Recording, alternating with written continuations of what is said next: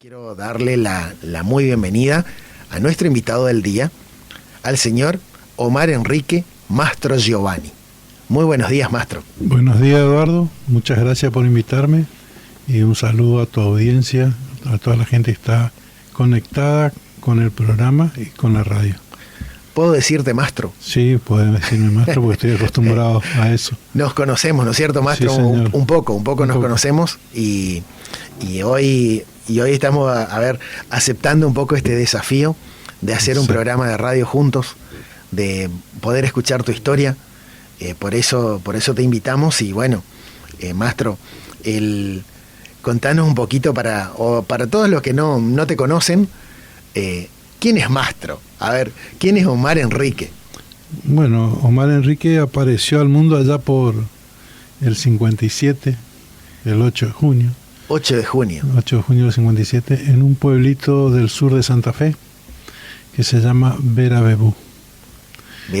Sé que es un vocablo aborigen de la zona, pero te miento si te digo qué significa. Yo sé que es algo lindo. Sabes que algo está bueno, ¿no? Está bueno. Maestro, ¿y a qué distancia más o menos se encuentra ese pueblo de alguna localidad o alguna ciudad que la ubiquemos? Por ejemplo, Rosario está a 160 kilómetros. De acá de Posada está a 1200. Una distancia considerable, ¿no? Considerable, sí. Y está cerca de Venado Tuerto, está a 60 kilómetros. Que es más al sur, ¿no es cierto? Sí. El pueblo se encuentra en la línea o en la ruta que va desde Firmat, que es un pueblo que por ahí es conocido por mucha gente porque se fabrican cosechadoras Basali. Ahí en ese lugar se fabricaban, creo que ya no se fabrican más, pero se fabricaban ahí, en ese pueblo, en esa ciudad. Sí. Y la ruta sale desde esa ciudad y va hasta Córdoba. Y mi pueblo está a 17 kilómetros del límite con la provincia de Córdoba. Pero mirá, qué bueno, Mastro.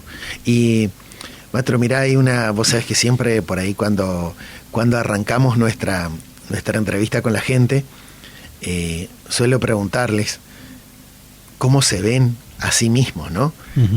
Por eso siempre hablo de un espejo imaginario, pero digo, hoy con tu recorrido ya ahora, 65 años, ¿no? Hoy, y ¿cómo te ves vos frente a tu espejo? Cuando te mirás, ¿qué ves? Y bueno, por ahí ves todo lo que recorriste. He andado mucho, he vivido en muchos lugares, tiempos cortitos, porque por ejemplo en mi pueblo viví 4 años, después vine a Misiones, o sea me trajeron a Misiones mis padres. Viví 5 años en Noverá. Y contame un poquito allá, contame antes cuando naciste en Verabebú, en provincia de Santa Fe. Sí. ¿Cómo era el lugar ese donde creciste vos? Y el lugar era chiquito, ahora está un poquito más grande, pero no mucho. Es el único pueblo del interior, así, de ese tipo de pueblo ahí en la zona, que hicieron un edificio de 10 pisos. Eso ya es mucho. Claro, es a contrapelo, digamos, de lo que se acostumbra, porque el hombre de la ciudad que vive en un departamento quiere ir a vivir en una casa en medio del campo. Y ahí los del campo se armaron un edificio y viven en departamentos. y vive la gente del campo mayormente. La gente vivía en el campo. Claro, del campo se venía al pueblo, generalmente pasó eso. Quizás por el tema de la educación de los hijos, se vinieron, o por estar cerca y solucionando problemas bancarios, lo que sea, en todos lados se produce ese éxodo del campo hacia la ciudad. Van al campo a trabajar y se quedan en la ciudad. Y el tuyo, cuando vos eras chiquitito, ¿qué recordás? ¿Estaba más en la casa de tu abuelo? Yo vivía en la casa de mi abuelo. ¿Vivías? Vivíamos en la casa de mi abuelo, sí. ¿Abuelo materno o paterno? Materno, abuelo materno. Italiano, que vino a los 16 años. 16 años vino de Italia tu abuelo. Italia, ¿Cómo se llamaba? Se llamaba José Giuseppe Quadrelli. Quadrelli. Sí. ¿Y la abuela? La abuela se llamaba Teresa Luciani. Y ella era ya argentina. El padre de ella era italiano, el padre y la madre. Sí. ¿Y en qué año vino tu abuelo Giuseppe Quadrelli para la Argentina? En 1927. Ahí se vino desde Italia. Desde Italia, ¿no? Sí. ¿Y a tu bisabuelo lo conociste? No, mi bisabuelo Quadrelli murió en la Primera Guerra Mundial. Y un hijo, que era el mayor,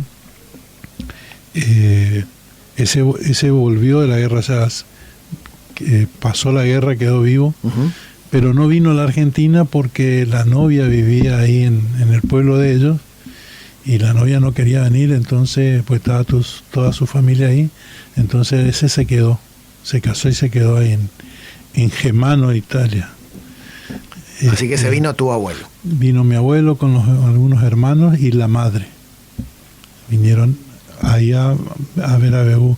Después los hermanos se fueron desparramando y vivían en distintos pueblos de cerca, digamos. Sí. Sí, Mastro, ¿y cómo era vivir un fin de semana con el abuelo de origen italiano? A ver. Y no, el fin de semana era como todos los días, porque yo estaba todas las tardes con él. O sea, él llegaba a las 6, 7 de la tarde. Considerando, ¿no es cierto?, que estuviste hasta los 4 años con él, así que eras chiquitito. ¿Te llevaba a veces al campo? No, porque él era peón rural, él trabajaba en una estancia. Tu abuelo. ¿Viste? Entonces no me llevaba al campo. Pero vivía en el campo porque era todo rodeado de campo. ¿Alguno de tus otros? ¿Y el otro abuelo? El otro abuelo era argentino, pero falleció cuando yo tenía... no había cumplido los 2 años, 1 año y piquito, ya estaba a 2 meses de cumplir 2 años, falleció ese abuelo, en el año 59. Así que ese era tu recorrido por allá. Sí, era del pueblo de mi viejo, que íbamos, en ese momento el movimiento de las personas era en tren. Sí. En tren era. El tren salía de Corral de Bustos, Córdoba, y llegaba a Rosario, terminaba en Rosario la línea. Y ese tren pasaba por mi pueblo, un pueblito más, y el pueblo donde había nacido mi viejo, donde era mi viejo. Y entonces cuando queríamos ir a visitar a los hermanos, a los padres de mi viejo, íbamos en el tren hasta el otro pueblo. Eran 17, 20 kilómetros. Pero era el medio de movilidad. Sí, en aquel tiempo, ¿no? En aquel tiempo. Y me contaste en la semana cuando estábamos hablando que tu abuelo, el Giuseppe Quadrelli, cuando se vino con 16 años de Italia, se trajo una bicicleta. Se trajo una bicicleta nueva, marca Peugeot.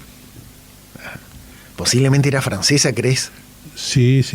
No sé si era francesa o italiana, pero viste que en ese momento estaban todos cercanos a ellos son todos cerca. Esos países están muy pegados, así como nosotros con Paraguay, con Brasil. Entonces, sí, yo calculo que sí debe ser por la época, por el año 1920, tiene que haber sido francesa. ¿Y por qué te recordás de esa bicicleta? Porque era hermosa y yo la usaba cuando iba, que era más grande, cuando iba a visitarle, cuando iba de misiones.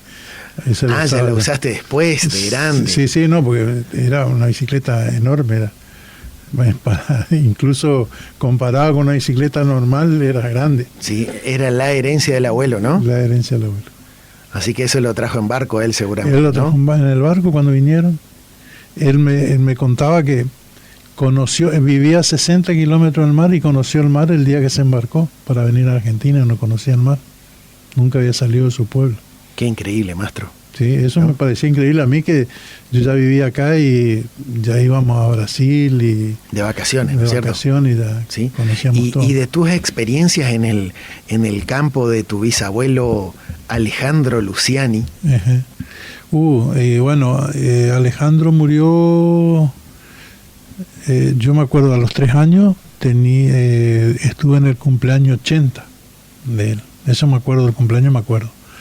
Y también me acuerdo que cuando íbamos a visitarle, me llevaba con él para baldear, porque antes se baldeaba para darle agua a las vacas.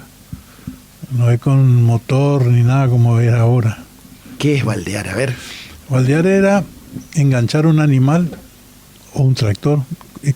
Yo baldeaba, por ejemplo, en la casa de mi suegro, en el campo de mi suegro, con el tractor. Pero en la casa de mi bisabuelo se baldeaba con una yegua vieja o un caballo viejo, se lo dejaba para eso.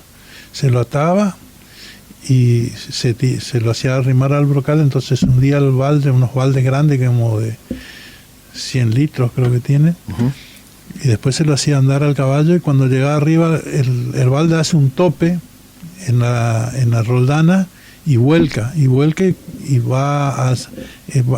en una canaleta que termina en los bebederos de las vacas o de los chanchos. Y así tomaban el agua las vacas o los animales del campo. Del campo. Así que te tocó hacer eso un poquito. Y mi abuelo me cargaba arriba al caballo y yo iba arriba y él iba caminando al lado, manejando el caballo. Pero qué lindo. Maestro, y allá tuviste, cuando naciste, sos el primer hijo, ¿no? De tus padres. Sí, el primer hijo. Sí, ¿tuviste hermanos? Tuve 2 hermanas. La primera nació en el 59, después que yo ya tenía 2 años, pero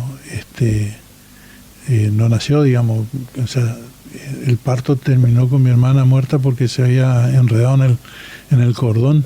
¿Cómo se llamaba ella? Adriana. En el 59. En el 59. Después de Adriana. Y después yo creo que la muerte de mi abuelo en abril del 59 y la muerte de Adriana ya por septiembre, octubre, pegó muy fuerte, sobre todo la muerte de mi hermana. Pegó muy fuerte en mis viejos y ahí empezaron a querer irse. ¿Hablaban tus padres de eso, de la muerte de tu hermanita? Y yo, sí. Imagínate esperar, llevarla al bebé, ¿no es cierto? 9 meses, llega el momento del parto y se muere. Cuando yo era más grande empecé a preguntar, a hablar con mis viejos. Allá no verás. Allá yo creo que empecé a hablar con mi vieja y mi viejo del tema de mi hermana cuando mi vieja quedó embarazada de mi otra hermana. ¿Viste? ¿Esa otra hermana cómo se llama? Esa se llama Nadia. Nadia Itatí. Pues nació acá en Oberá.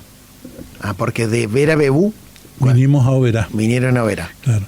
Por eso te digo, en el 59 ese fue el quiebre. Yo creo que la muerte de mi hermana fue el quiebre para que ellos quisieran salir del pueblo, ¿no? Salir del pueblo. O sea, irse a otro lado a vivir. Y mi viejo buscó y por ahí consiguió, le llevó 1 año y medio. Consiguió un lugar. ¿En qué trabajaba tu papá? En el correo. Correo. Era allá en la zona, él era el guardahilo. El guardahilo es el que cuida toda la línea de telégrafo en aquel momento. Ahora eso no existe más. Claro, ahora todo internet. Pero era la línea del telégrafo, que era un hilo donde se transmitían los telegramas, las novedades. Entonces él tenía que hacer la limpieza de eso. La línea generalmente corría a la par del ferrocarril, porque también lo usaba el ferrocarril a esa línea. Sí. Pero eran del correo, entonces el del correo se encargaba de la limpieza. Si eran muy altos y si había nido de pájaros en el poste que interrumpieran la línea, porque hacían descarga y se interrumpía la línea. Bueno, fíjense cómo, a los que nos están escuchando, cómo se vivía en ese tiempo. Allá estamos hablando de 1958, 1959, el papá de Omar Enrique, Mastro Giovanni, trabajando como guardahilo. Y bueno, y ahí se vienen, en el año 61, se vienen para Oberá, provincia de Misiones. Y bueno, y acá nace tu hermana Nadia. Sí. ¿No es cierto? Y acá, ¿cómo fue tu acostumbramiento, tu adaptación a esta provincia, Mastro? Y fue un poco raro, o sea, yo creo que yo me acostumbré, nosotros tuvimos suerte, o sea, la familia, en ese momento éramos 3, tuvimos suerte porque la casa que alquilamos en Oberá estaba frente a la casa de un gendarme que había venido de Alvear, La Cruz, no me acuerdo bien dónde era, y también eran de afuera, entonces también estaban desarraigados, digamos. Ujú. Y las mujeres, o sea, yo fui el primer contacto porque tenían un hijo de mi edad. Y después mi madre con la otra señora y después los padres, ¿no? Y entonces se armó una linda amistad ahí con esa gente. Yo sigo, Los correntinos. Los correntinos. Y yo sigo, ahora hace mucho que no los veo, pero vos también lo conocés a una de las hijas y al yerno que viven en Iguazú. Y tenían una parrilla en la esquina ahí, pasando el Banco Nación, bajando media cuadra. Ah, sí, ¿Viste? tenés razón. Pachuco. Ah, y esa Carmen. gente. Carmen mirá era vos. la hija mayor y Pachuco el yerno. Sí. Pero la amistad duró hasta que se murieron los viejos. Nosotros seguimos. Hace muchos años que no los veo a ellos. Por la pandemia y todo eso, yo no viajé más a Iguazú. Y Pero capaz nos están escuchando porque Ojalá nos Cadena estén Express escuchando. también se escucha en Puerto Iguazú. Ojalá nos estén En todo el escuchando. mundo se escucha en realidad por internet, ¿no? Sí. Y estuvimos haciendo mucha promoción de tu programa, Mastro, para que también escuchen tantas amistades que fuiste tejiendo e hilvanando en el país, ¿no es cierto? Por los lugares. Pero, Exacto. Mastro, me dijiste que te quedaste un tiempo en Oberá. Sí. ¿Hasta cuándo? Hasta el año 1966. ¿De ahí decidieron venirse para? No, mi viejo lo que pasa es que buscaba ascender, o sea, seguir su carrera, ¿no? Ujú. Y entonces consiguió ascender, pero tenía que venir a Posadas. Y consiguió una persona que que quería ir a Oberá, entonces hicieron el cambio. Y después nos vinimos. O sea, vendimos la casa de Oberá, la vendimos en Gendarme. Porque mucho de nuestra amistad eran los gendarmes. Porque al ser amigos de ese gendarme, después nos fuimos. El lugar de trabajo era. Como una cosa va llevando a la otra, a la ¿no? otra, sí. Sí. Todos éramos. O sea, nuestras mayores reuniones eran con gendarmes. Sí. O sea, con la familia de los Sí, gendarmes. entiendo. 3, 4 gendarmes. ¿Viste? Mastro, ¿y acá a qué escuela te viniste? Y ese año 66, mi viejo hizo todo el cambio, preparó todo para venirse en las vacaciones de julio. Entonces corté en la 288 que yo iba allá a Noverá. Ahí fui hasta las vacaciones. Sí. Después de las vacaciones ya estaba acá en Posada y la escuela que me quedaba más cerca era la 220, que está en Roca y Sargento Cabral, que ahora creo que es la escuela de robótica. Sí. Creo que mi nietita va ahí. Bueno. ¿Y cuando terminaste eso, Mastro? ¿La secundaria dónde? No, después de ahí ese era cuarto grado, quinto, sexto y séptimo hice en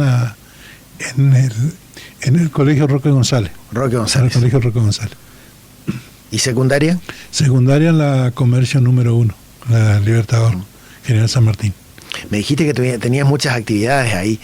Hasta me contaron que, mirá, unos amigos tuyos que eran muy terribles los de tu curso, porque dice que a veces las máquinas de escribir estaban colgadas por los cables, ¿puede ser?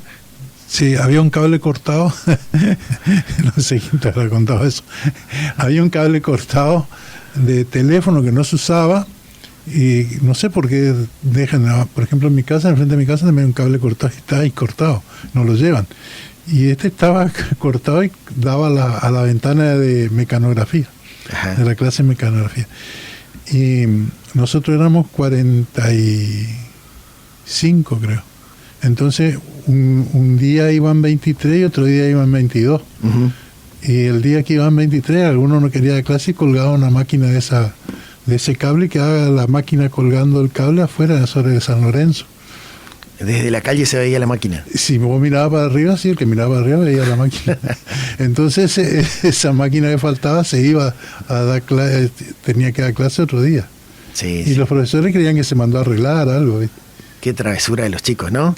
Así también saltaban por la Podíamos haber ventana. matado a una persona si se Sí, sí. caía la máquina en la cabeza Sí, de alguien. pero me imagino, Mastro. Y es cierto que a veces un profesor se dormía.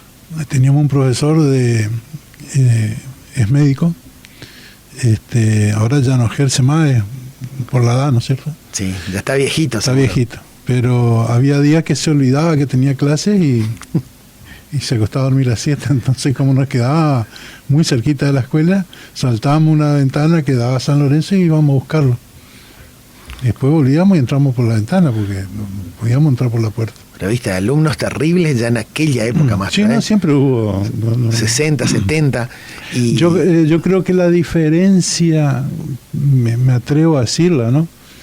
Es que a pesar de ser terrible, decíamos un montón de cosas, había un respeto hacia el profesor y hacia las autoridades. ¿Viste? ¿Eso lo notabas una diferencia con la actualidad? Por ejemplo, en la primaria, si yo hacía alguna macana, ligaba un coscorrón del maestro. Sí. Y estaban autorizados a eso. Y lo que yo rogaba y le pedía 1000 disculpas y le lloraba era que no lo anoten en el cuaderno. ¿Por qué? Porque yo llegaba a casa y ligaba de nuevo. ¿En serio? Claro, porque me porté mal. No, porque mi viejo no se enojaba porque el profesor o el maestro me pegó. Sí. Me pegaba porque yo me porté mal. Ahora vos ves la noticia que los padres van y le pegan a los profesores porque el hijo sale mal o le pone una mala nota. Sí. Totalmente. Pero bueno, maestro, aquel tiempo, ¿no es cierto?, era así se vivía. Los valores como el respeto estaban muy vivos en ese tiempo, sí. ¿No es cierto? Exacto. Y bueno, por ahí de eso se trata, poder contar esta historia. Y acá estamos en Algo que Contar, el programa de la radio que cuenta historias con valores, en compañía de Omar Enrique Mastro Giovanni, que nos acompaña esta mañana. Omar, que nació allá en Vera Beú, provincia de Santa Fe, bien al sur de la provincia de Santa Fe, y que a sus 4 añitos se vino a vivir para Misiones, precisamente en Oberá. Después, un poquitito más grande, se vino para Posadas y comenzó ahí toda su escuela primaria, su secundaria, y bueno, hasta que llegaste a los 16 años, ¿no es cierto, maestro? Llegamos. Sí. ¿Qué hiciste a esa edad? ¿Por qué me marcaste esa fecha? Porque en esa fecha yo ingresé al correo. ¿Eso qué año era, maestro? 73, septiembre del 73, de 1973. Comenzaste a trabajar en el correo con 16 años. Sí. ¿Qué hacías? Era mensajero, repartía telegramas. Repartías telegramas. Sí, ¿Y había muchos telegramas para repartir? Sí, en esa época, yo creo que en esa época era, no sé, calculo que el doble o más de la correspondencia que existe ahora en el correo. Porque era el medio de comunicación, el telegrama, la carta. Tengamos en cuenta que no existía internet en ese momento. No existía internet y las llamadas eran, o sea, dentro de la ciudad sí, una llamada local era media rápida. Uh-huh. Cuando vivía en Oberá tenía que dar vuelta a la manivela y pedir el número a la operadora. Uh-huh. Y allá cuando yo ingresé al correo en el 73 ya no, ya las llamaran normales dentro de la ciudad. Te recalco dentro de la ciudad porque si vos querías llamar a alguien a otra localidad o otro lugar del país, tenías que ir a Antel, pedir la llamada y esperar todo el tiempo que sea necesario hasta que te conectaban. Uh-huh. Y había espera hasta 4 o 5 horas. Increíble, ¿no? Sí, pero así era. Sí. Bueno, lo que sí que a los 16 comenzaste a trabajar en el correo. Sí. Me imagino que ibas a la secundaria. Iba a la secundaria, iba a la escuela de comercio. ¿Pero es cierto que eras candombero también? En la escuela. En la secundaria sí, en ese año 73 era de la escuela de samba de la escuela. Para los carnavales. Así que te gustaba también eso. Sí. Bueno. O sea, en los carnavales acá de las fiestas de en Posadas. Sí. Bueno, y ahí, ¿cuándo terminaste tu secundaria? Al año siguiente, en el 74. Bueno, así que después, 75, ¿qué 75, haces? Bueno, y ahí pedí en el 74 ya pedí una comisión de servicio, se llamaría, que te permitía ir a estudiar a otro lado. Porque en esa época se tenía en cuenta la edad y el hecho de que vos podías estudiar. Y yo tenía que ir, para hacer ciencia económica tenía que ir a a Resistencia. En ese momento no había facultad de ciencia económica acá. Estaba humanidades y ingeniería química, y creo que había algo de administración, pero no había facultad de ciencia económica. ¿Y vos querías ser contador público? Contador público, exactamente. Así que ahí te fuiste para Resistencia. Ahí me fui a Resistencia en marzo del 75. Ajá. ¿Y cómo fue tu primer año allá, tu adaptación en la provincia de Chaco? Y vos sabés que yo creo que a todos los chicos que se van, incluso ahora, cuando vas lejos, tenés un desarraigo que tenés que afrontar. O sea, no está tu mamá para lavarte la ropa, para cocinarte, no está tu viejo para sacarte de problemas. Lo que haces lo solucionás vos. ¿Te sirvió eso, maestro? ¿Haber vivido eso? Sí. Aprendés a cocinar, aprendés a lavar, aprendés a planchar. Y encima yo tenía que tener la ropa bien porque yo iba al correo. Teníamos uniforme, pero tenía que planchar, lavar.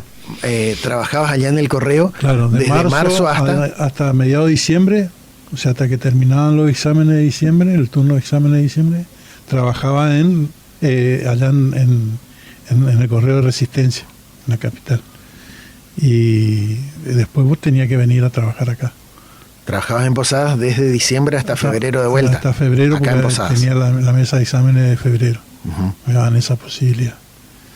Y bueno, pero acá ya, ni allá ni acá ya como mensajero no me querían como mensajero, porque los mensajeros están, igual que los carteros, tienen su zona de reparto. Entonces, si a mí me daban una zona de reparto, en el primer examen que yo tenía, yo le sacaba licencia y quedaba una zona descubierta, que tenía que usar, o sea, entre 2 o 3 que pasaban cerca tendrían que cubrir mi lugar, ¿viste? Sí. O sea, recargarlo a otro, ¿viste? ¿Y entonces qué trabajo hacías? Y acá yo trabajaba en la parte de telefonía, o sea, en la atención al público, donde se despachan los telegramas. Nosotros teníamos, a través de Balcarce, las antenas, podíamos hacer conexiones de teléfono como Entel. Entonces yo me encargaba de esa parte, y la otra persona que en ese momento trabajaba ahí, que es muy conocida acá en Posada porque fue un árbitro muy conocido, que fue Fabiero, él atendía la parte de telegramas. Eso. Mirá. Se trabajaba con él todos los días en las vacaciones. Sí. Y vos sabés que anoté algo que me llamó la atención cuando charlábamos en la semana.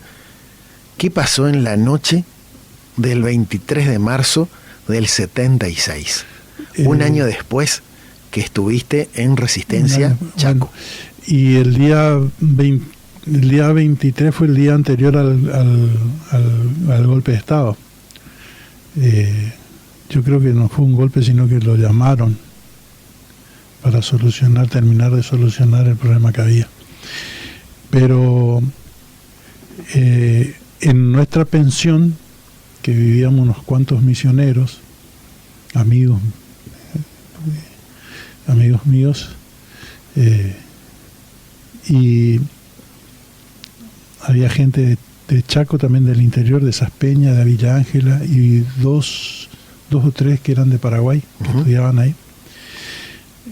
Vivía una familia en 2 habitaciones que estaban abiertas, vivía una familia, un matrimonio con dos nenitos chicos, y el hombre trabajaba en la Casa de Gobierno en el Ministerio de Economía del Chaco. Vino a la noche a cenar y nos juntó a todos y nos dijo: mañana no vayan a la facultad, vos que te tenés que ir a laburar, andá por la avenida. ¿Eso te dijo a vos? Sí, me dijo a mí. Andá por la avenida, cruzar la plaza por el centro, donde está todo abierto, me dice, y no te asustes cuando llegas al correo. Quédate tranquilo, lleva tu credencial, tu documento. O sea, me advirtió de lo que estaba por pasar el otro día. ¿Y qué pasó el otro día? Y el otro día llegué y crucé, como yo iba muy temprano, ya estaba clareando a esa hora, ya se veía. Pero lo que me llamó la atención es que el correo estaba todo apagado, había una sola luz en la parte del piso donde yo trabajaba, había una sola ventana con luz, y después veía algo grandote que salía de un pasillo donde la gente los empleados dejaban la bicicleta, y no entendía qué era. Y después cuando llegué al portón me di cuenta que era un cañón antiaéreo. Un cañón antiaéreo que estaba instalado ahí, sí. En el correo. Y estaban los del ejército y me agarraron del cuello, me llevaron arriba, ahí me sacaron los documentos y ahí estaba mi jefe y le dijo, sí, él trabaja acá con nosotros, entonces me dejaron. Y ese fue el día ese 24, después al otro día no había más nada. Lo que hoy hay feriado 24 de marzo por el Día de la Memoria. Sí. Bueno, eso te pasó a vos allá ese 24 de marzo del 76. Del 76, ¿no? Sí. Y bueno, vos sabés que por ahí es bueno recordar, maestro, porque estamos hablando de esto, ¿no? Otro tiempo. Donde sobre todo no había conectividad, no existía internet, comunicarte con tu papá, por ejemplo, con tu mamá, me decías que era muy normal esperar 3 o 4 horas sentado a que te comunicaran, por ejemplo, ¿no? Sí. Desde Chaco hasta Misiones. A Misiones o a cualquier lugar del país. Y con el inconveniente que en mi casa no había teléfono. O sea, tenía que llamar a un vecino y después volver a esperar para que me atiendan. ¿Y cuándo dejaste de trabajar en el correo? En 1980. 1980. Así que trabajaste ahí 7 años. 7 años, casi 7 años. 7 años estuviste. ¿Y por qué dejaste? Porque creí que iba a terminar más rápido mi carrera. Ajá. Estaba estudiando para contador público y pensaste, bueno, ahora acelera un poco la carrera, se estaba volviendo un poquito densa. Ya llevaba 5 años y estaba lento el tema. Sí, venía lento. Pero no porque no era inteligente, sino porque era vago. Eras muy vago. Era muy vago. ¿En serio, maestro? Sí. ¿Te considerabas así que podías ver? Claro. ¿Hay algo que te arrepentís de esa época o no? No, quizá si usted ponía a pensar, hubiera acelerado más la carrera, me hubiera recibido antes, pero no hubiera vivido todo lo que viví, ¿viste?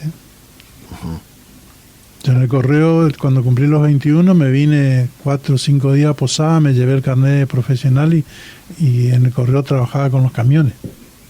Entonces me iba, una vez por semana me iba hasta Villa Ángela con el camión, con la correspondencia. Los domingos. ¿Villa Ángela está a cuántos kilómetros más o menos de resistencia? 160 y 90, 250. 250 kilómetros. Sí.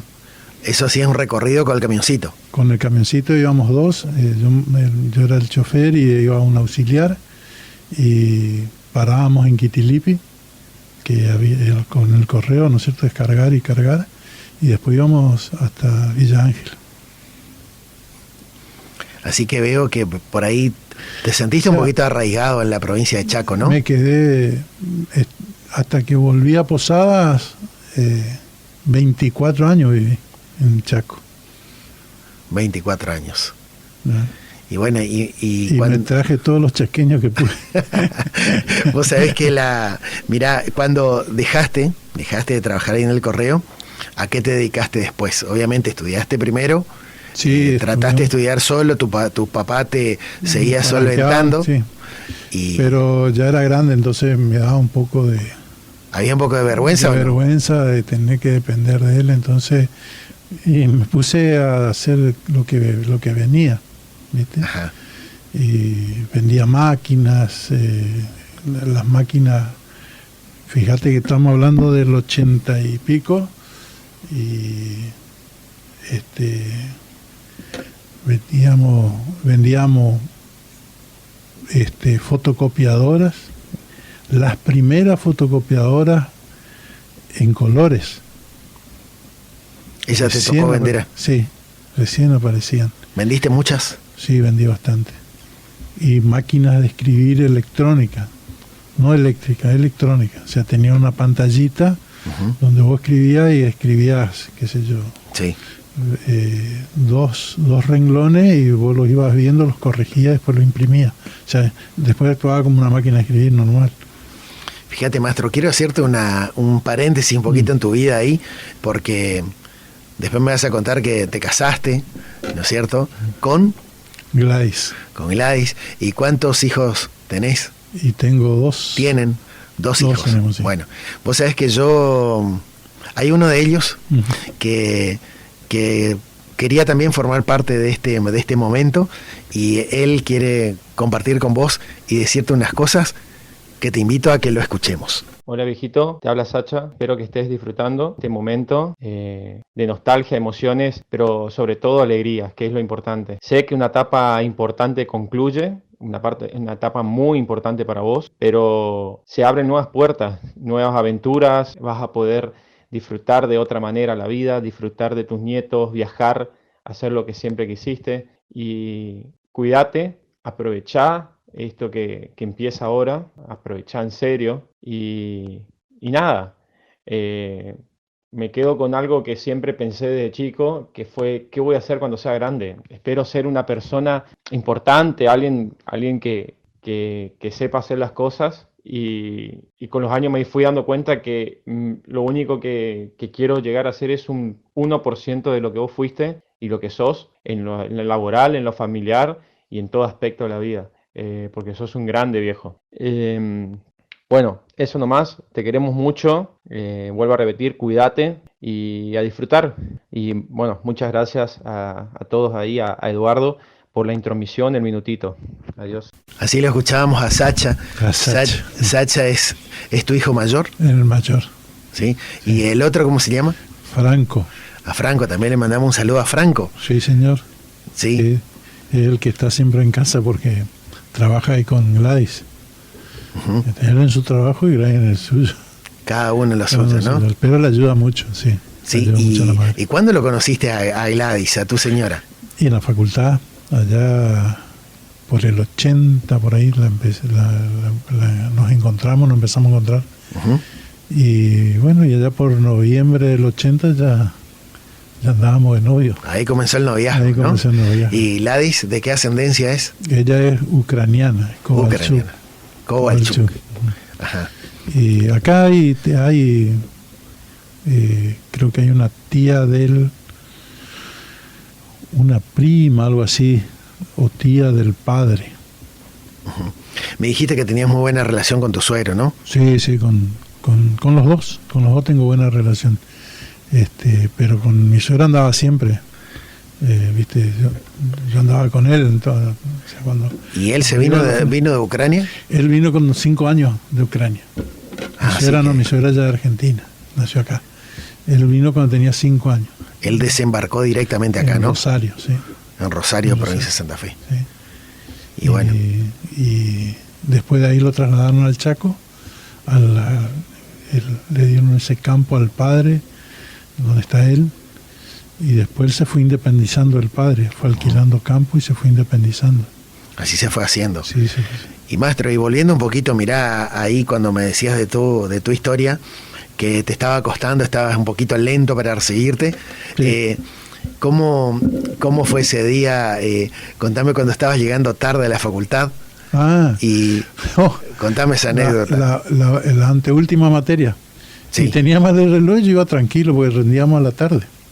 Normalmente las clases las teníamos a la tarde. Después no sé en qué año empezaron a la mañana las clases.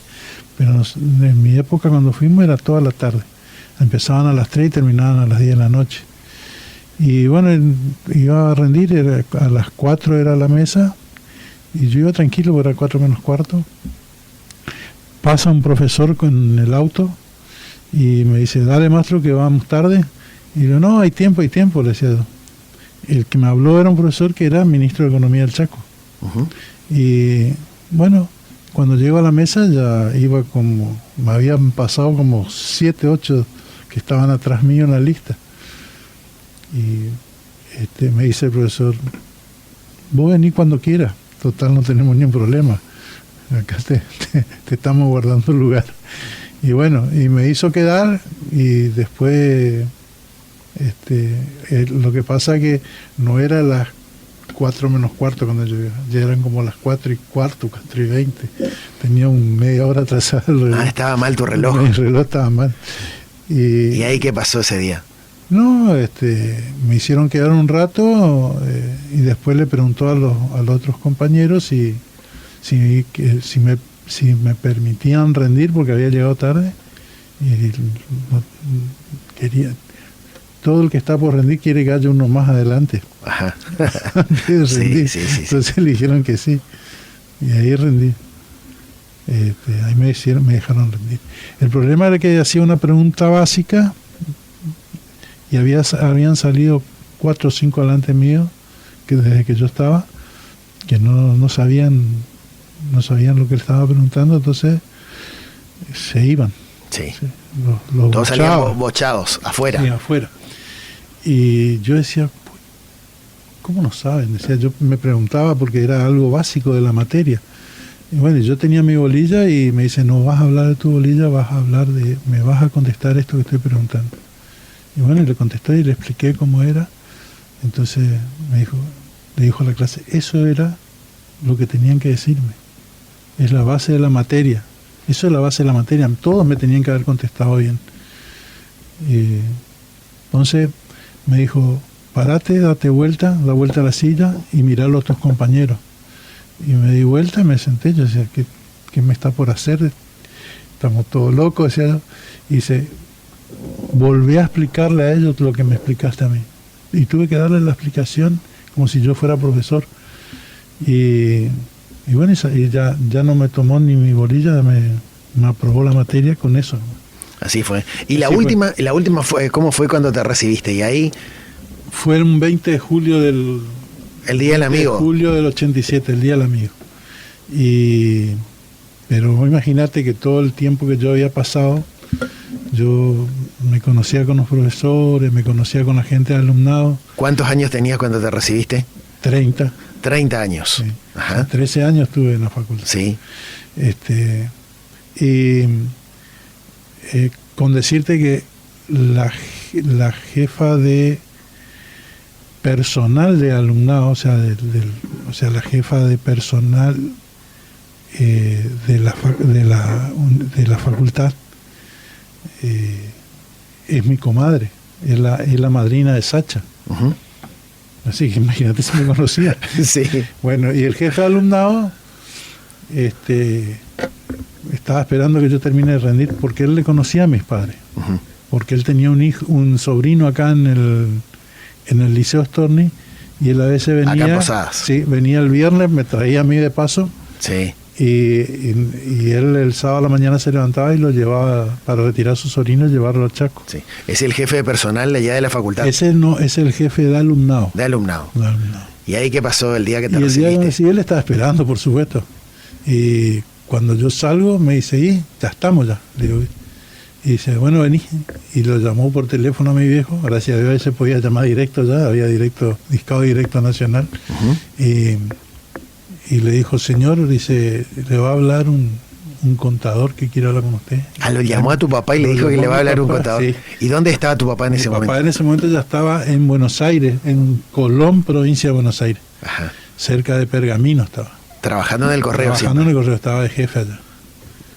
Y ahí le dicen, va a hablar al contador y ahí. Y ahí le hablé yo. ¿Y cómo fue esa charla? Se dio cuenta, no, qué sé yo. No sé, porque creo que los dos estábamos emocionados, ¿viste? ¿Te emociona hasta ahora eso, no? Sí. Y después él me dijo, no vaya a cortar, y subió, porque la casa del jefe está arriba de la oficina. Sí. Entonces subió y conectó el teléfono allá, en la casa, uh-huh. Y así pude hablar con mi mamá también. Qué lindo, sí, qué lindo. Sí. Así que fue el primer llamado que hiciste siendo contador. Siendo contador, sí. Y bueno, y ahí cambió un poco tu vida, Mastro, ¿no? Claro, ahí empieza a cambiar porque empezás a tener otra expectativa. ¿Como cuáles, por ejemplo? ¿Qué te pasaba a vos? ¿Qué deseabas vos cuando ibas a recibirte? Quería trabajar de contador. Ajá. Pero las circunstancias de la vida me fueron llevando a otras cosas. Uh-huh. Primero estuve haciendo unos trabajos, seguía con mi trabajo de venta de máquinas, sí. Ya me conocían en todos lados, entonces yo iba a las licitaciones, iba a los clientes grandes, las empresas grandes, Y después le ayudé a un amigo que tenía problemas en un negocio a manejarle la plata. Y después me llaman unos amigos que eran compañeros de la facultad, que todavía estaban en la facultad, a solucionar un problema en una mutual. ¿Qué pasaba ahí? La mutual la mutual era de Cosecha Cooperativa de Seguros, la mutual de Cosecha era, que también había gente de la cooperativa algodonera. Uh-huh. Y como es, no hubo un problemita de desfalco, y una mutual que tenía 50 empleados, movía 15 a 20 colectivos por periodo de vacaciones a Mar del Plata, quedó con 5 o 6 empleados, sin plata, con 20 o 25 planes de televisor y videocaseteras que en esa época se usaba, se hacían por planes con los empleados. Bueno, desapareció toda esa plata, había que entregar eso, había algunos que estaban terminados, había que entregar, y bueno, me llamaron para que le dé una mano.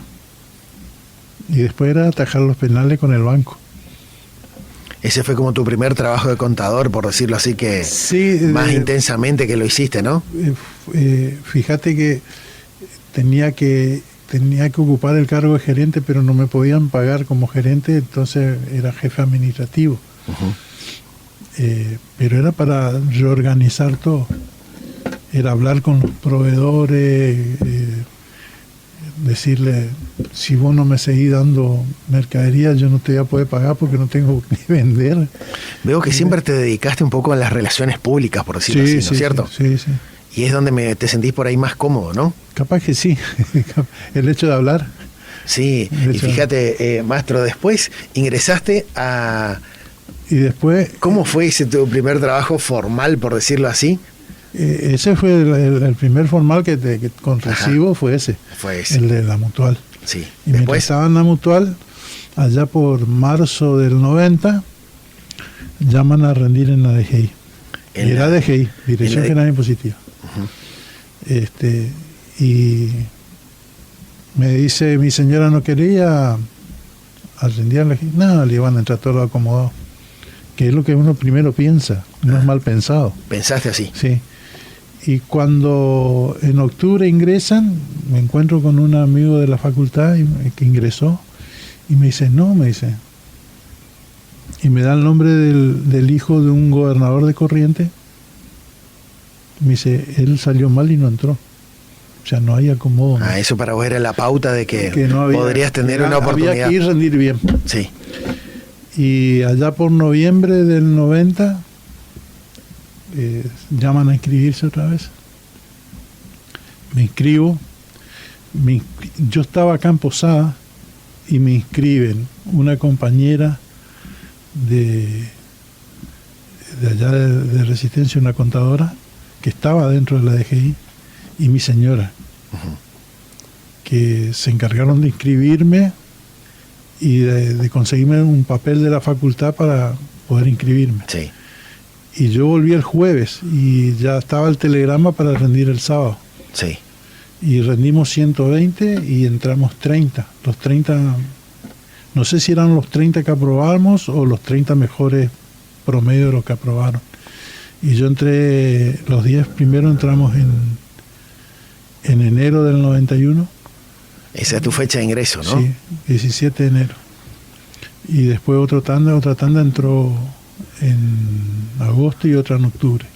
Bueno, fíjate vos que ahí enero del 91 y ahora estamos en 23, van 32 años. 32 años que estamos dentro. Por eso te estás por jubilar ya ahora, ¿no? Sí, creo que ya me voy. Ya me tenía que ver, o sea, por edad y por aporte ya estaba. El año pasado estaba. Y viviste un montón de cosas dentro de la DGI, ¿no es cierto? De todo. Pero yo creo que no sé si llegué a vivir momentos malos en la DGI, ¿viste? Por supuesto, hay discusiones, pero yo estoy comunicado con los de Resistencia y gente de Corriente que trabajó conmigo y seguimos siendo compinches y nos juntamos cuando yo voy para allá. Ayer me llamó uno de ellos, justamente por los ingresos. Ujú. Y con la gente de acá, que a muchos de ustedes los fui viendo entrar. Otros entraron cuando yo vine acá. Sí, fíjate que hiciste muchas amistades, que de esas amistades... Eso yo a lo que yo quiero ya, yo no sé si hay alguien que esté enojado conmigo. Yo con todo el mundo hablo, con todo el mundo me trato, tenemos una buena relación en nuestra oficina. Eso me genera una satisfacción muy grande de haber estado estos 30 años en la FIP ahora, ¿no? Ujú. Y por eso, a propósito de eso, quiero que lo escuches a alguien, ¿sí? Que también te quiso enviar un audio para estar presente acá, y que fue un gran amigo tuyo, ¿sí? Roberto Eduardo Salazar. Cano. Conan. Omar Mastrogiovanni. Omar Mastrogiovanni es un montón. Más allá de una buena persona, que todos los conocemos con un corazón grande, una amistad, un sentido de la amistad extraordinario, pero yo siempre quiero recalcar los momentos que transitamos con Omar. No quiero decir los años, pero son más de 25. Y un montón de anécdotas que recordar con él. Siempre dice que en los mejores momentos uno le queda grabado, pero con lujo de detalle. Y yo creo que si nos juntamos, y cuando nos juntamos siempre lo recordamos, nos acordamos al detalle los momentos que vivimos. Siempre con Omarcito compartimos el destierro de nuestra tierra, de nuestra familia, mudarnos hacia Posadas, un nuevo destino. Éramos muy jóvenes. Y bueno, en ese trajín de ida y vueltas, de lunes a viernes trabajar acá, de fin de semana volver a ver la familia, de acortar los tiempos de estadía en Posadas para poder salir lo antes posible, de poder estirar los tiempos en Resistencia para poder estar más con la familia, y de infinidades de anécdotas en esa ruta, pero siempre queriendo estar con la familia y acompañarnos, pero miles de anécdotas que él va a saber bien, las anécdotas con la higarreta doble cabina celeste que nos dejaban la ruta siempre, las anécdotas con esa F100 que nos daban, motor V8, no sé, V12 creo que era. Salíamos sin un mango, teníamos que hacer una vaca para cargar combustible y recorrer la provincia, y no solamente acá, Formosa, Corrientes. Y recalcar siempre la cantidad de gente buena que conocimos,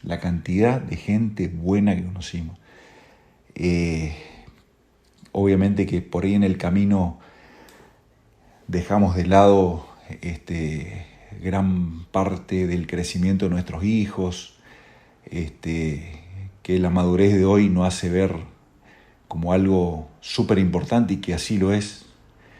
Yo creo que en la mirada de cada uno de ellos está la satisfacción de tener un papá como Omar.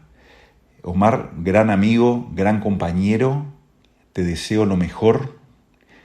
Yo sé que junto a la familia, y así como están ahora transitando juntos esta nueva etapa, como dice el dicho, transitando y caminando juntos se llega más lejos.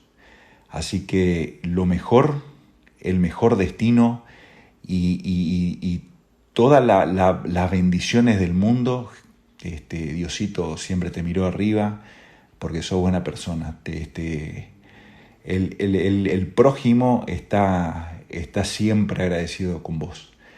Omarcito, te quiero un montón, te voy a recordar y voy a estar para lo que quieras. Siempre nos abrazamos, y ahora ya hablamos de los nietos, así que el tiempo que pasó y lo más importante está bien arraigado. Así que abrazo, felicidades y a disfrutar. Así escuchábamos. ¿Qué es Roberto? Roberto para vos, y Mastro.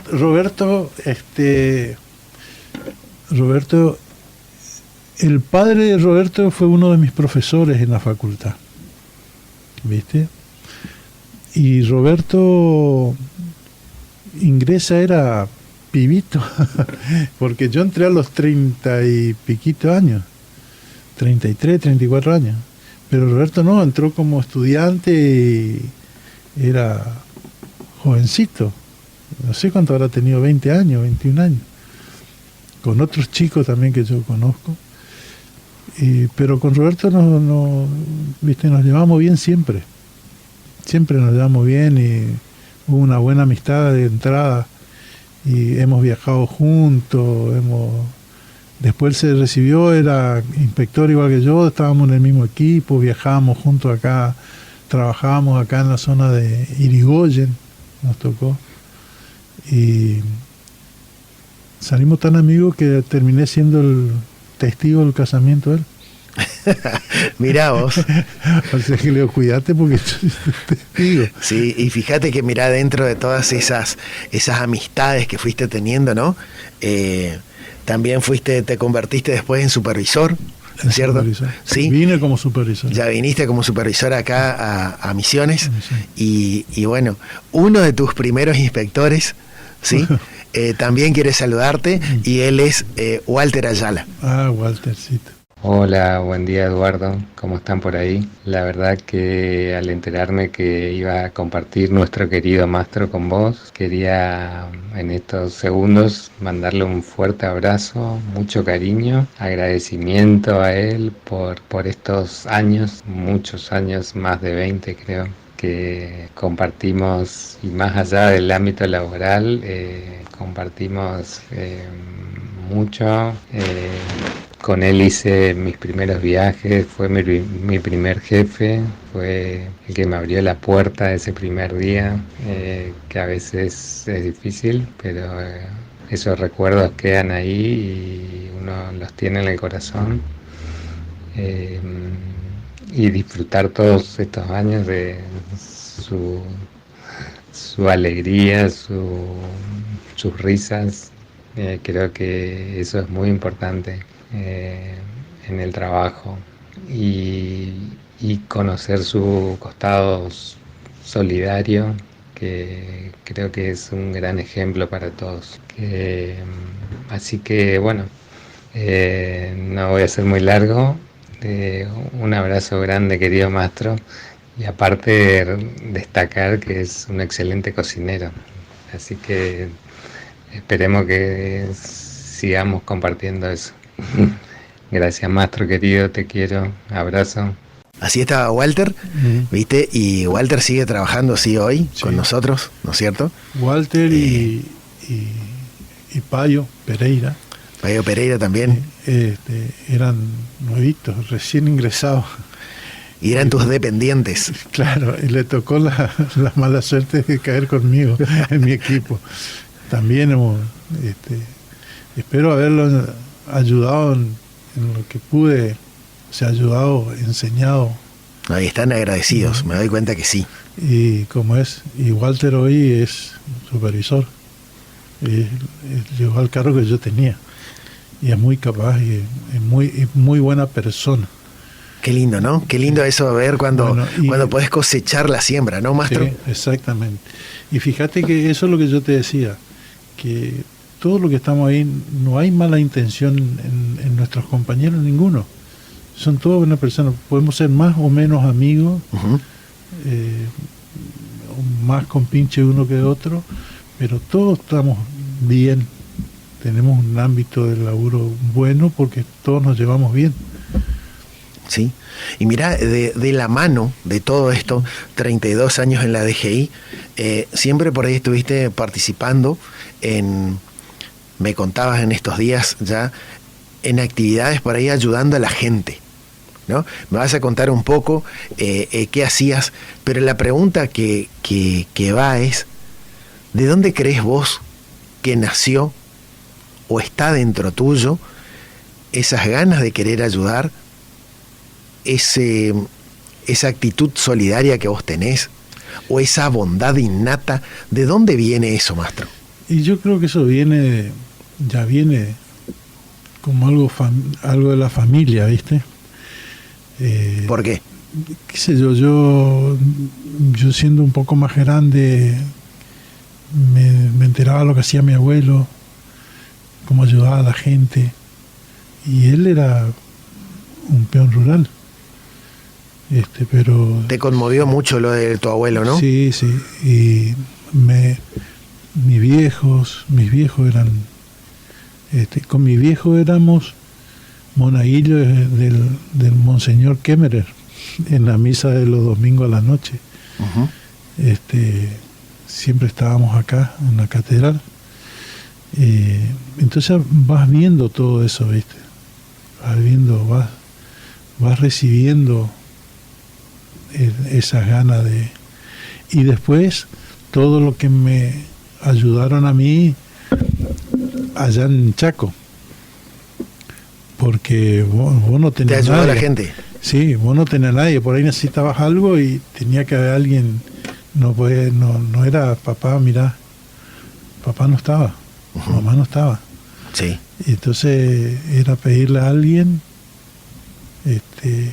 de la oficina o un vecino donde vos vivías, decirle, me pasa esto, me puedan una mano, y te dan una mano. Entonces eso te va quedando, ¿viste? Y por eso crees que la solidaridad es uno de los valores que Sí. por ahí... Sí, o sea, a mí me queda como que yo tengo que devolver eso que yo recibí, ¿viste? Esa bondad que tuvieron conmigo, ese desprendimiento que tuvieron conmigo, hacerle llegar a la gente, ¿viste? Sí.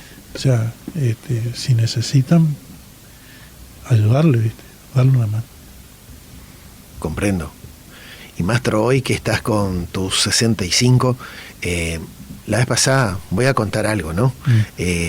Con tu permiso, pero que me decías, tu bisabuelo, tu abuelo falleció, Uh-huh. ¿con cuántos años? 62.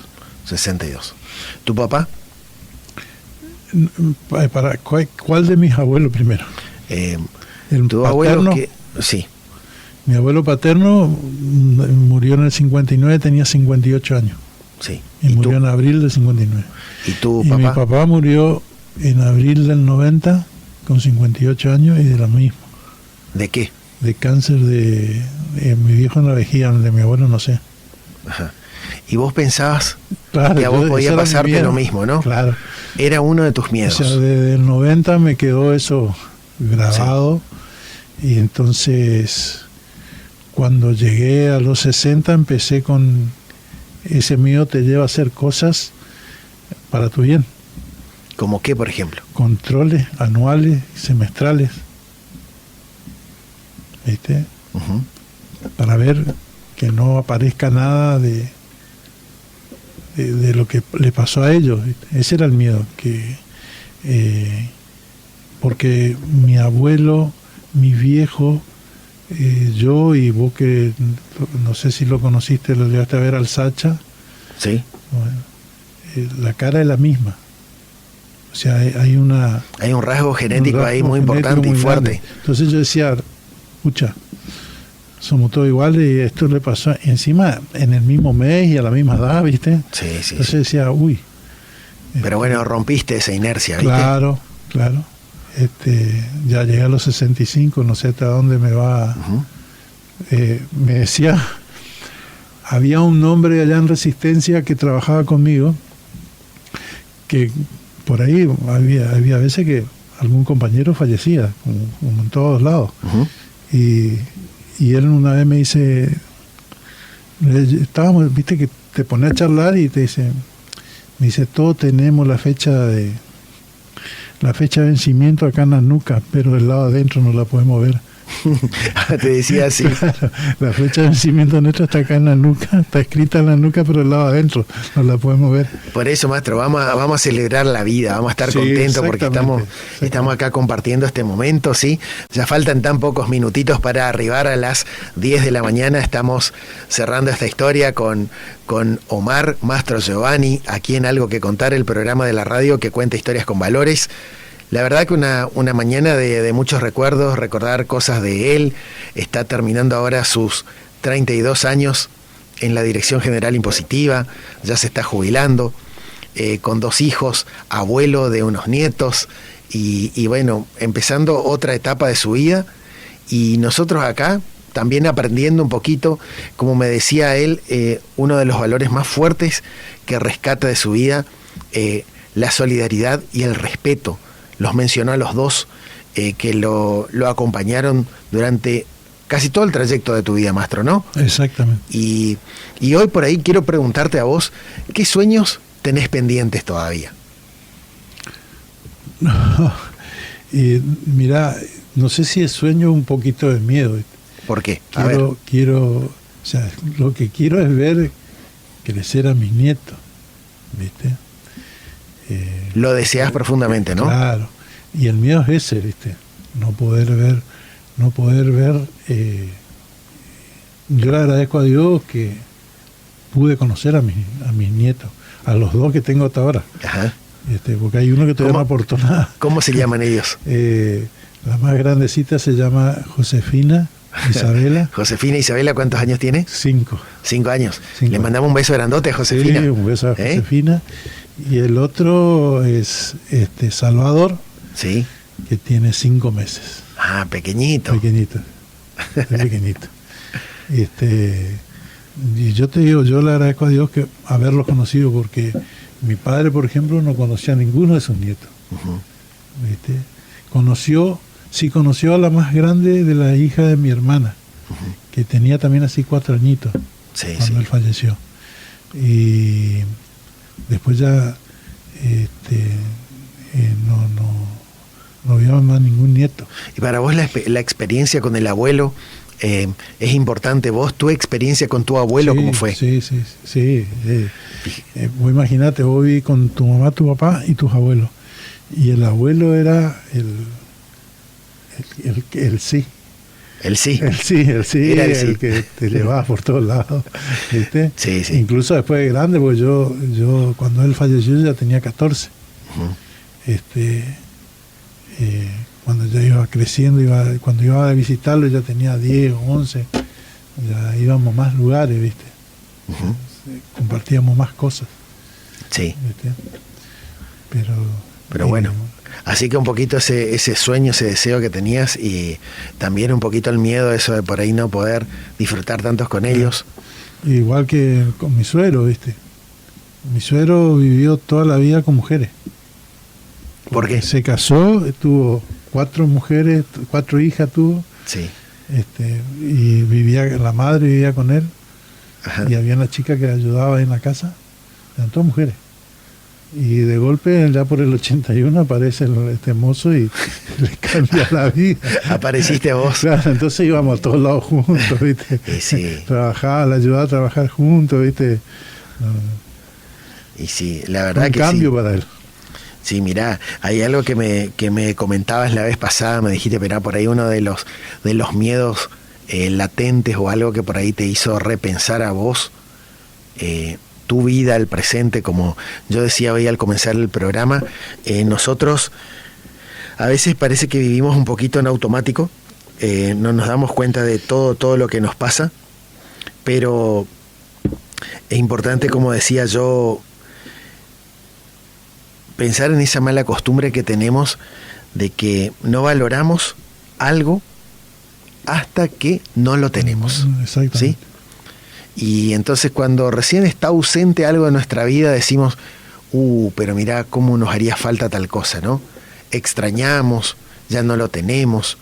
Y en el 2020 pasamos esta pandemia donde, ¿qué pasó para vos concretamente con tus amistades? Bueno, primero la desconexión normal que sufrimos todos. Para vos fue importante eso, ¿no? Sí, porque nos desconectamos acá en Posadas, nos obligaron a desconectarnos, mucho más con la gente amiga del Chaco, y después dentro de esa desconexión y todo lo malo que fue, yo perdí un amigo con el que había vivido, y fácil calculo que 10 o más años, que alquilábamos casas juntos y estudiábamos juntos, que fue el nexo, porque él con su novia estudiaba con mi señora. Entonces ellos, como iban a estudiar a mi casa, a la casa que alquilábamos, ahí la conocía a mi señora. ¿Me entendés? O sea, fue un nexo de conexión. Sí. Y ese muchacho, un entrerriano de La Paz en Entre Ríos, falleció. Él vivía en Formosa y falleció de COVID. Por el COVID. Y el otro que falleció, que éramos bastante amigos también, de encontrarnos a veces para cenar, para hacer algo, era el contador,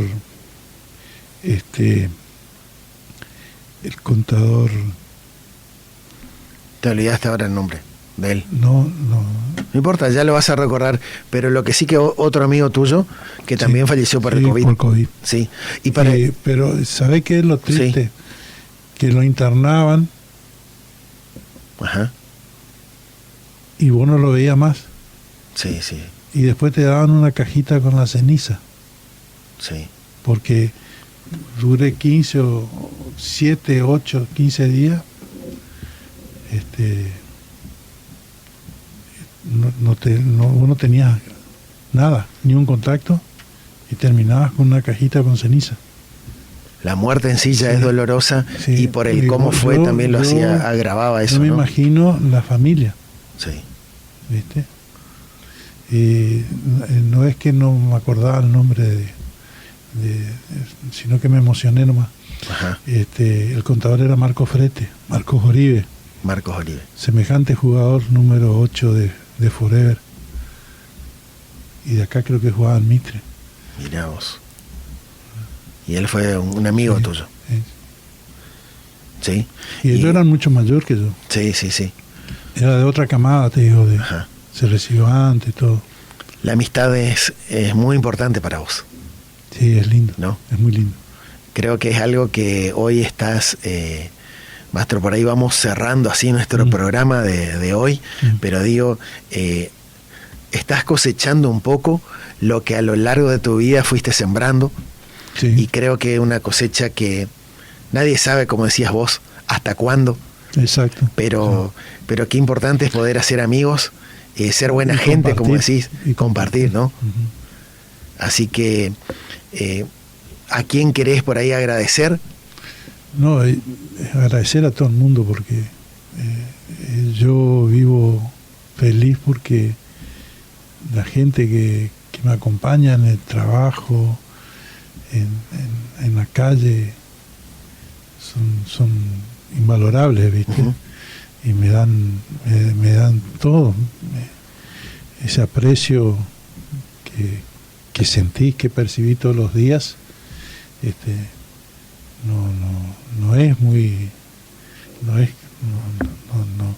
No lo podés desaprovechar, no podés darte vuelta. Sí. Mastro, ¿y cómo te sentiste vos? Contame un poquito cómo te sentiste acá en el programa en estos días que estuviste revisando un poco tu vida, porque lo fuimos preparando al programa. Contame qué sentiste. Mucha emoción. Mucha emoción. Sigo emocionado. Acá hay muchos amigos afuera. Algunos son contadores, otros no. Y tengo un montón de amigos en Resistencia, amigos del alma, que vienen a mi casa. Yo voy a la casa de ellos y todos esos recuerdos son muy lindos, ¿viste? Recordarla, todo eso, toda esa gente, mis abuelos, mis tíos, Y bueno, fue y mi familia chiquita acá. La familia chiquita, La ¿no? familia chiquita. Un beso grande para Gladys, para el Sacha, para Franco, para todos los nietos, las nueras. Sí, ¿no es cierto? Las nueras.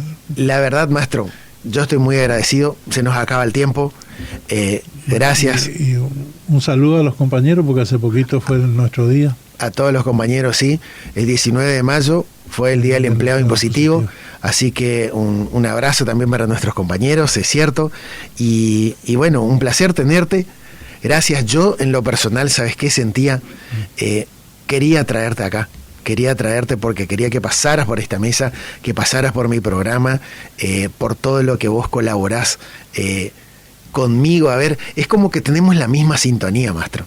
Estamos haciendo esto, de hacer este programa, de poder contar historias, de poder rescatar valores. Hoy hablamos de cosas importantes: solidaridad, respeto, amistad, ¿no? Que esas cosas vuelvan a estar sobre la mesa. Así que, gracias, maestro. Gracias a vos que me invitaste y que me hiciste reflotar. Sí. 65 años mi vida. Tal cual, tal cual. Así que gracias Ariel Boituviche, que estuvo hoy con nosotros en la musicalización de nuestro programa, y Dios mediante nos reencontramos el próximo sábado, el 3 de junio, sigue arrancando el primer fin de junio con más historia, porque todos tenemos algo que contar. Así que hasta el próximo fin de semana. Chao.